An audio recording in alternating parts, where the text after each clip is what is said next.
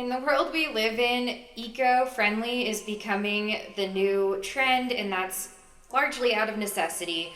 Obviously, global warming is happening, resources are limited and expensive, and a lot of people are starting to think about how they can contribute to being more eco-conscious. I work in real estate, and so I wanted to share with you some of the more eco-friendly real estate practices that you can implement in your current home, or if you're thinking about building a home or buying a new home, that you could possibly implement into that. Before I dive in, I just wanted to touch on the fact that statistically, Reno, Nevada is the fastest warming city in the United States. This blew my mind when I read it, but it is sad and it is true. So keep that in the back of your mind if you live here, or if you're thinking about living here, that it's super important that we as a whole kind of come together and make eco-consciousness part of our strategy for life moving forward. Without further ado, let's dive in. Coming in at number 1 is building with sustainable materials. We can try replacing some of the more traditional building materials with bamboo, recycled steel, and reclaimed wood.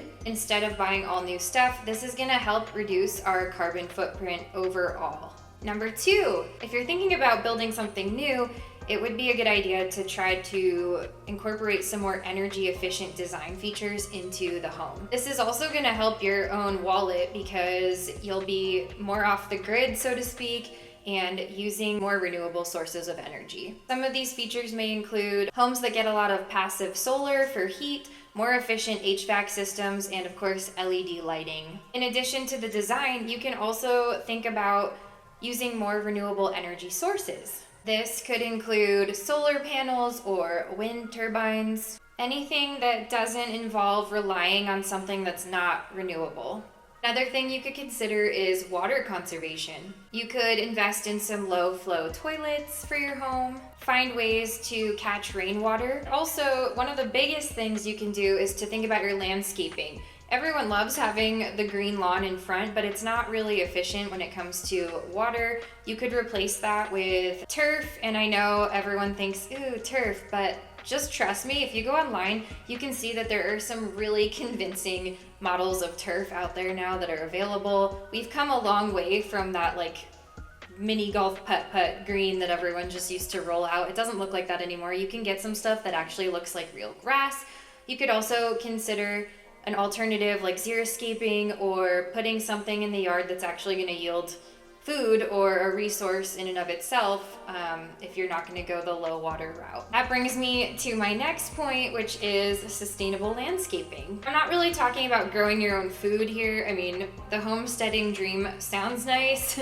We thought about it during the beginning of the pandemic when we didn't know what was going on, and then realized it took us 6 months to change a weather strip on our front door, and we would not survive as homesteaders. And if that's your thing, power to you. That is super cool. That's like a pipe dream of mine that I don't know if I'll ever fulfill. But anyway, moving on to sustainable landscaping. What I'm talking about here is actually using plants that are native to where you live in your landscape design. Also using natural fertilizers and natural pest control methods so that we're not really harming the environment in which we are living.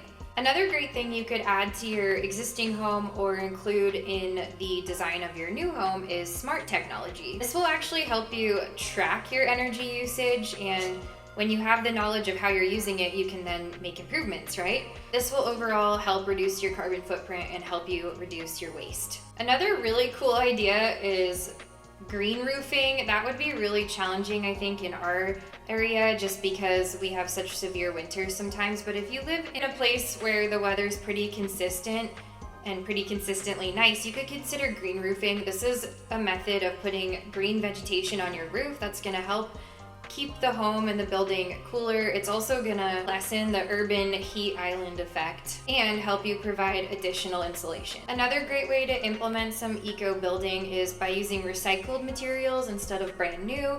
You can recycle glass, you can recycle concrete, and of course, as I mentioned earlier, you can repurpose and reclaim wood.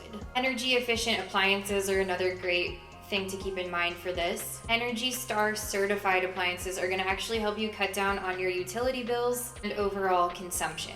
Last but not least, if you are building a new home, actually orienting the building a certain way can help so much with receiving passive solar for heat. It can help you cut down on your heating bills. Natural sunlight and natural light are going to be a huge game changer so that you're not having to turn lights and heat on to keep your house warm and bright. These are just a few examples of how to be a little bit greener when you're thinking about building or upgrading your home. If you have any questions or you're thinking about making a move in real estate, I would absolutely love to help you. I'm a realtor in the Northern Nevada market. You can book a free, no obligation discovery call with me in the description box below. It's just a time for us to connect, get all your questions answered, help you devise your next and best steps for moving forward. And if you haven't already, make sure you hit that like and that subscribe button. I put out new videos every single week about the Northern Nevada lifestyle, the Reno Sparks housing market, and all things having to do with buying and selling real estate. Thank you so much for watching, and I'll see you next time.